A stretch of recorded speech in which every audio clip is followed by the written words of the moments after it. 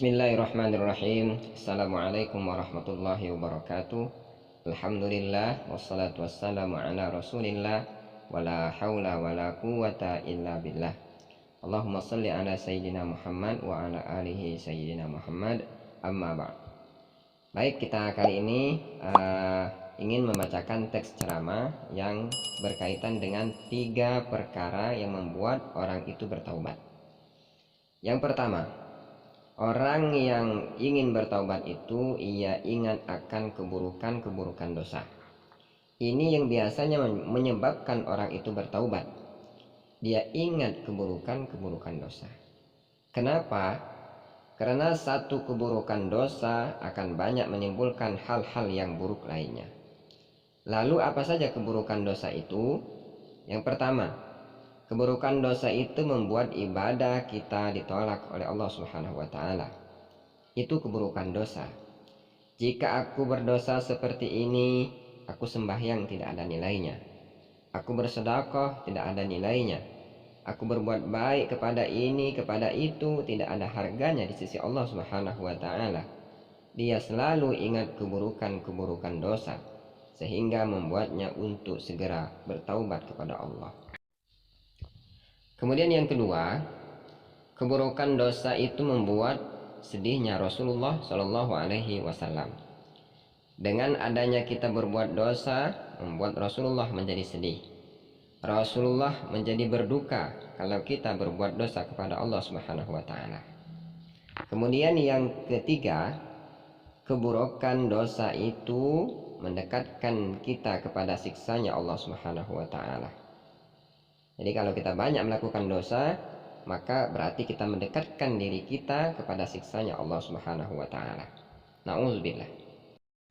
Dan yang keempat, keburukan dosa, kalau kita ini orang yang disayangi oleh Allah, maka dosa akan mempersempit rezeki. Orang-orang yang disayangi oleh Allah itu, kalau berbuat dosa, rezekinya terhalang.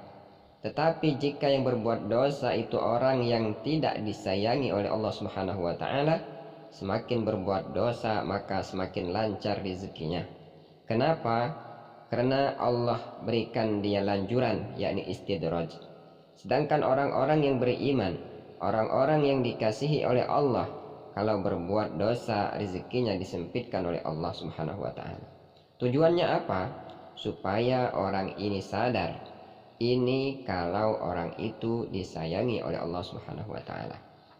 Di dalam kitab Sirajut Thalibin disebutkan antara lain bahwa orang-orang yang beriman itu orang-orang yang disayangi oleh Allah Subhanahu wa taala. Jika dia berbuat dosa, maka rezekinya dipersempitkan oleh Allah Subhanahu wa taala. Sekarang kita masuk yang kedua. Apa yang membuat orang itu segera bertaubat? Yang kedua itu dia ingat sakitnya siksa-siksa Allah Subhanahu wa taala. Karena kita tidak akan tahan dengan siksanya Allah, ingat sakitnya siksa Allah bagi orang yang melakukan dosa. Kita bayangkan, hukuman yang diberikan di dunia ini belum ada seberapanya. Orang mencuri misalnya, dihukum di penjara selama 5 tahun atau lebih. Di dalam penjara tetap masih bisa diberi makan, diberi pendidikan, dilatih, diberi pelajaran, dan yang lainnya. Itu narapidana di dalam penjara. Hukuman dunia kita masih bisa merasakan kenyamanan, berbeda dengan hukuman Allah Subhanahu wa taala. Ingat sakitnya siksa Allah bagi orang-orang yang berdosa, yang tentu kita tidak akan tahan, sehingga kita akan segera melakukan taubat kepada Allah Subhanahu wa taala.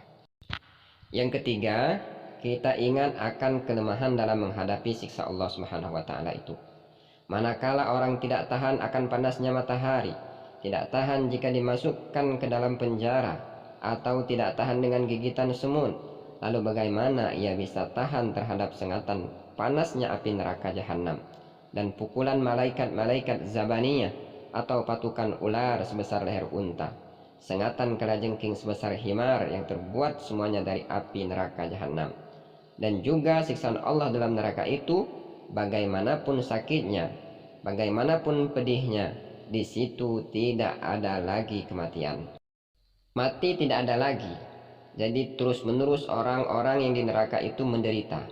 Kenapa? Karena kematian sudah tidak ada lagi dan sudah dicabut oleh Allah Subhanahu wa taala. Nanti di akhirat, di padang mahsyar, kematian itu dibentuk menjadi seekor kibas. Allah memanggil makhluk yang bernama maut itu. Diperintahkan Allah untuk menghadap. Lalu datanglah kematian itu berbentuk kibas. Akhirnya sampai di situ disembelih kibas itu. Lalu kematian itu mati dan tidak ada lagi kematian setelah itu. Jadi orang yang di dalam neraka tidak ada lagi yang namanya kematian. Begitu juga orang di dalam surga tidak ada lagi orang yang meninggal. Karena matinya sudah dimatikan. Jadi kayak apapun siksa Allah itu sakitnya, pedihnya, hancur lebur badan kita ini, tidak akan kembali seperti semula. Nah, itu yang selalu kita bayangkan sebelum kita melakukan taubat, sehingga membuat kita untuk segera bertaubat kepada Allah Subhanahu wa taala. Neraka itu tempat siksa dan kerusakan. Mampukah kita menghadapi semua itu? Tentu kita tidak akan mampu. Oleh sebab itu, mari kita berharap semoga kita semua dilindungi oleh Allah Subhanahu wa taala dari kemurkaannya dan siksanya Allah Subhanahu wa taala. Amin amin ya Allah ya rabbal alamin.